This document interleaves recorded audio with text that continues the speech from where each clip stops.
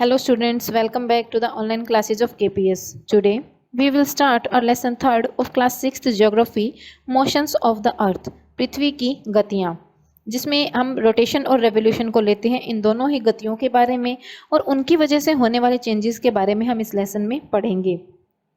Ancient time में लोगों का ऐसा बिलीव था कि अर्थ जो है वो एक रेस्ट पोजीशन में है, एक जगह पर टिकी हुई है और दूसरी सेलेस्टियल बॉडीज जो है वो उसके चारों ओर चक्कर लगाती है।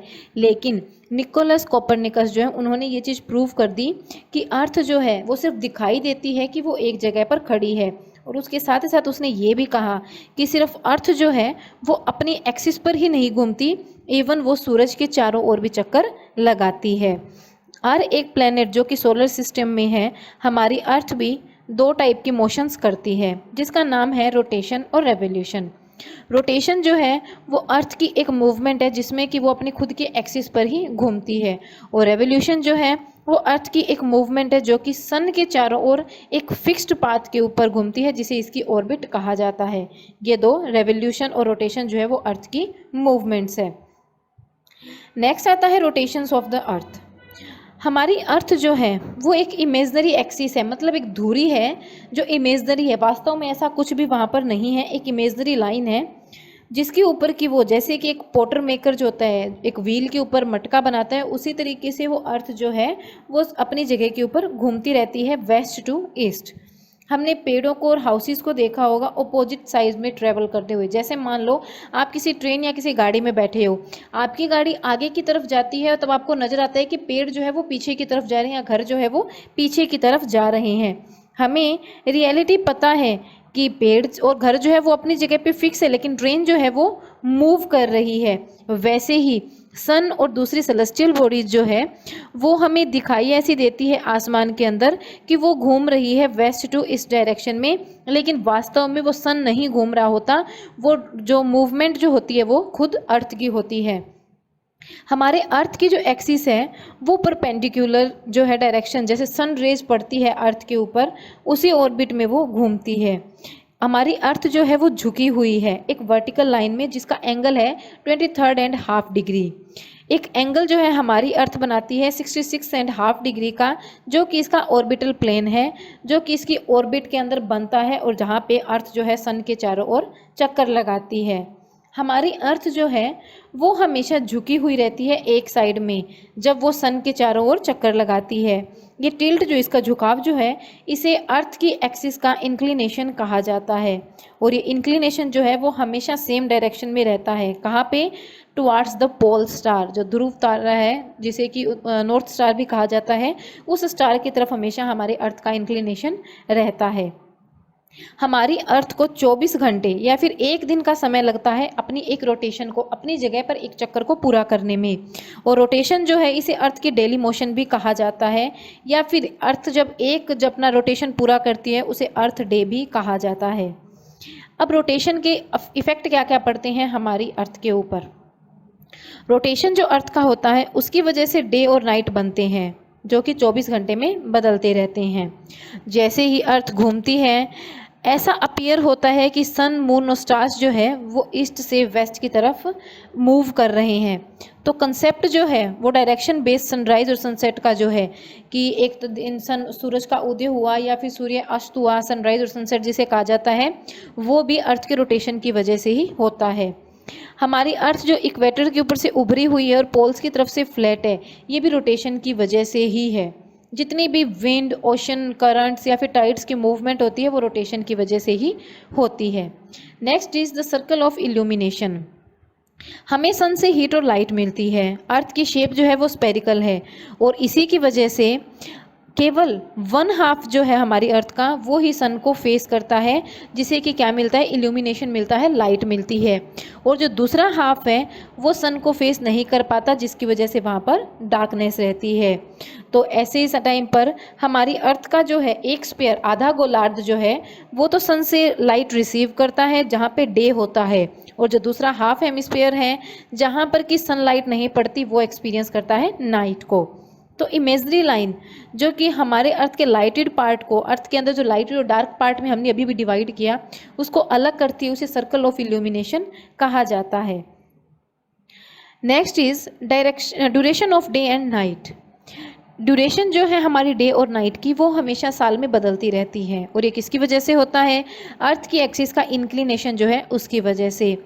1/2 जो हमारी अर्थ का है एक साल के अंदर 1/2 ईयर जो है वो जो है एक ऐसी पोजीशन में आता है कि नॉर्थ पोल जो है वो सन की तरफ झुका हुआ रहता है और साउथ पोल इससे दूर रहता है। तो जब नॉर्थ पोल सन की तरफ झुका हुआ है तो नॉर्थन हेमिस्फीयर जो है वो सनलाइट रिसीव करता है और उस टाइम वहाँ पर दिन बड़े और रात छोटी होती है नॉर्थन हेमिस्फीयर में। और इसी का ओपोजिट जो है अगर हम साउथन हेमिस्फीयर की बात करें तो वहाँ पर दिन छोटे होते हैं और रातें बड़ी होती है। और जब दूसरा हाफ आता है, जब साउथर्न हेमिस्फीयर सनलाइट को रिसीव करता है उस टाइम में सूरज का झुकाव जो है, अर्थ का झुकाव जो है वो साउथर्न हेमिस्फीयर का सन की तरफ होता है और इसकी वजह से साउथर्न हेमिस्फीयर में दिन बड़े और रातें छोटी होती है और इसी की वजह से दिन बड़े और रात छोटी होती है साउथर्न हेमिस्फीयर में और इसके ऑपोजिट नॉर्थर्न हेमिस्फीयर में दिन छोटे और रातें बड़ी होती है। तो वो प्लेस इक्वेटर पर जहाँ पर इक्वल डेज इक्वल नाइट रहती है वो इस वजह से रहता है क्योंकि सन रेज जो है वर्टिकली पूरी साल वहाँ पर पड़ती है। तो इसीलिए हम कह सकते हैं कि जहाँ पर अर्थ का झुकाव होता है वहाँ पर डे और नाइट जो है वो अनइक्वल होते हैं और किसकी वजह से होते हैं? अर्थ के झुकाव की वजह से। Next is revolution of the earth.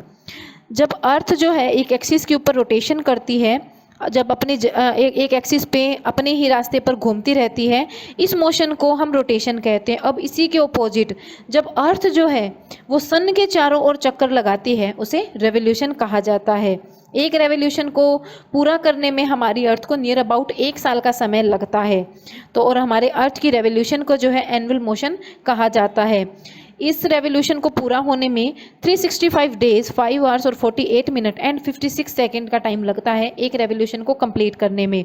लेकिन हमारी सुविधा के लिए हम इसे कंप्लीट 365 डेज कहते हैं जिससे कि एक ईयर बनता है। तो जो 6 घंटे बच जाते हैं उसको एडजस्ट करने के लिए हर चौथे साल जो है वो फरवरी के अंदर एक दिन एक्स्ट्रा होता है और हर 4 सालों के बाद फरवरी के अंदर 28 की जगह 29 डेज होते हैं जिससे कि हमारा साल 366 डेज का बनता है और इस साल को लीप ईयर कहा जाता है। वो एक्स्ट्रा डे जो है वो फरवरी मंथ में ऐड किया जाता है जिसे कि लीप डे कहा जाता है। Next is effect of revolution.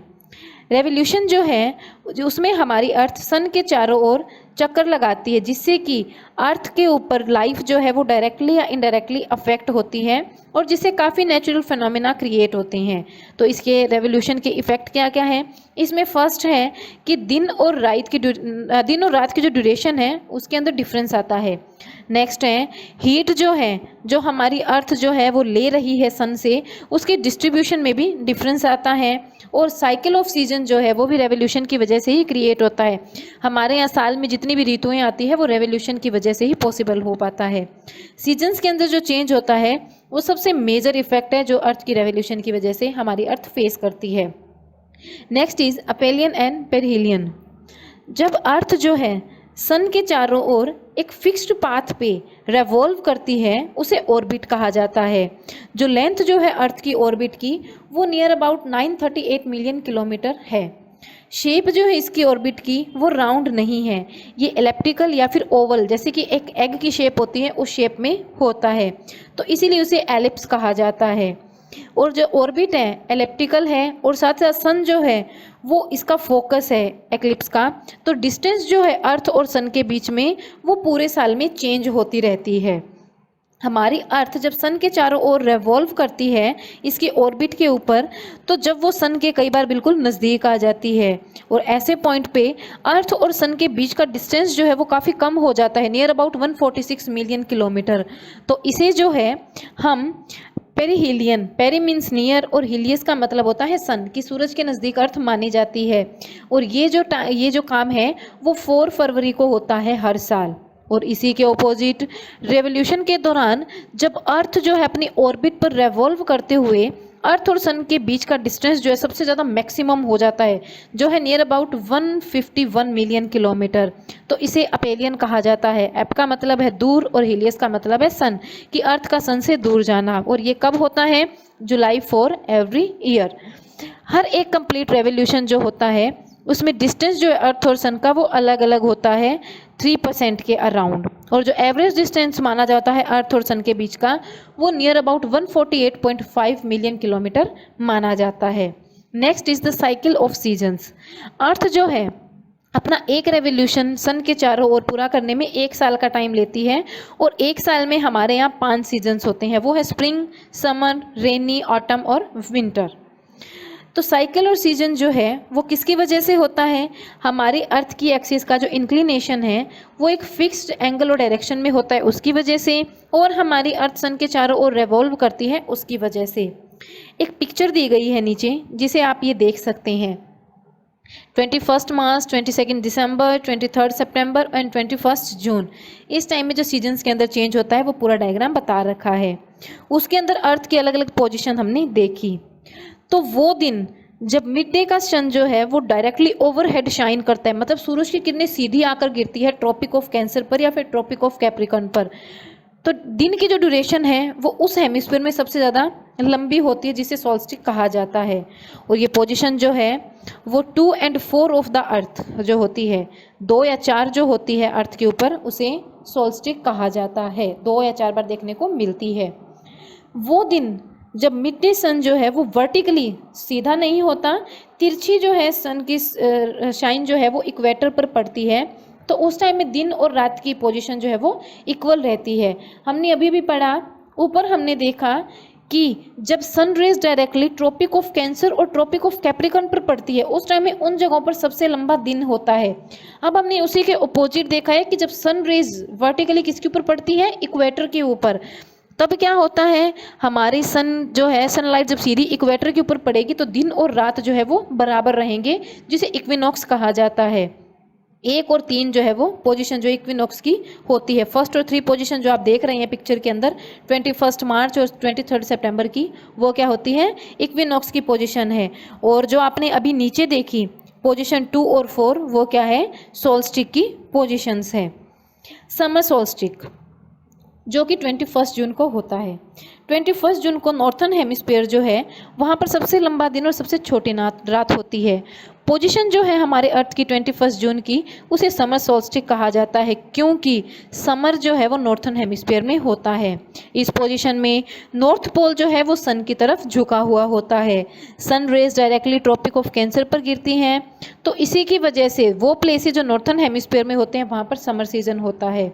और इसी टाइम में साउथर्न हेमिस्फीयर में कंडीशंस जो है वो बिल्कुल अपोजिट होती है। सन जो है वहाँ से अपोजिट होता है, तो सन रेज जो है वहाँ पर स्लांटिंग पड़ती है, तिरछी पड़ती है, तो डे लाइट जो है वो छोटी होती है और रात जो है वो बड़ी होती है। विंटर सीजन उस टाइम में साउथर्न हेमिस्फीयर में पाया जाता है। नेक्स्ट इज विंटर सोल्स्टिक जो कि 22 दिसंबर को होता है। साउथर्न हेमिस्फीयर के वो जगह जहाँ पर सन रेज डायरेक्टली पड़ती है 22 दिसंबर को, वहाँ पर सबसे लंबा दिन और सबसे छोटी रात होती है 22 दिसंबर को। 22 दिसंबर को जो है अर्थ की पोजीशन जो है उसे विंटर सोल्स्टिक कहा जाता है, क्योंकि नॉर्थन हेमिस्फीयर में विंटर सीजन होता है। इस पोजीशन में साउथ पोल जो है वो सन की तरफ इंक्लाइंड होता है, झुका हुआ होता है। सन रेज जो है वो ट्रॉपिक ऑफ कैप्रिकॉर्न पर सीधी पड़ती है, जिसकी वजह से साउथर्न हेमिस्फीयर में समर सीजन होता है। और उसी टाइम में अपोजिट सिचुएशन जो है वो नॉर्थन हेमिस्फीयर में देखने को मिलती है। सन उसके अपोजिट होता है, सन रेज जो है वो स्लांटिंग होती है वहाँ पर, जिसकी वजह से दिन छोटे और रात बड़ी होती है, और नॉर्थन हेमिस्फीयर में विंटर सीजन पाया जाता है। Next is spring and autumnal equinox जो कि 21 मार्च और 23 सितंबर को होता है।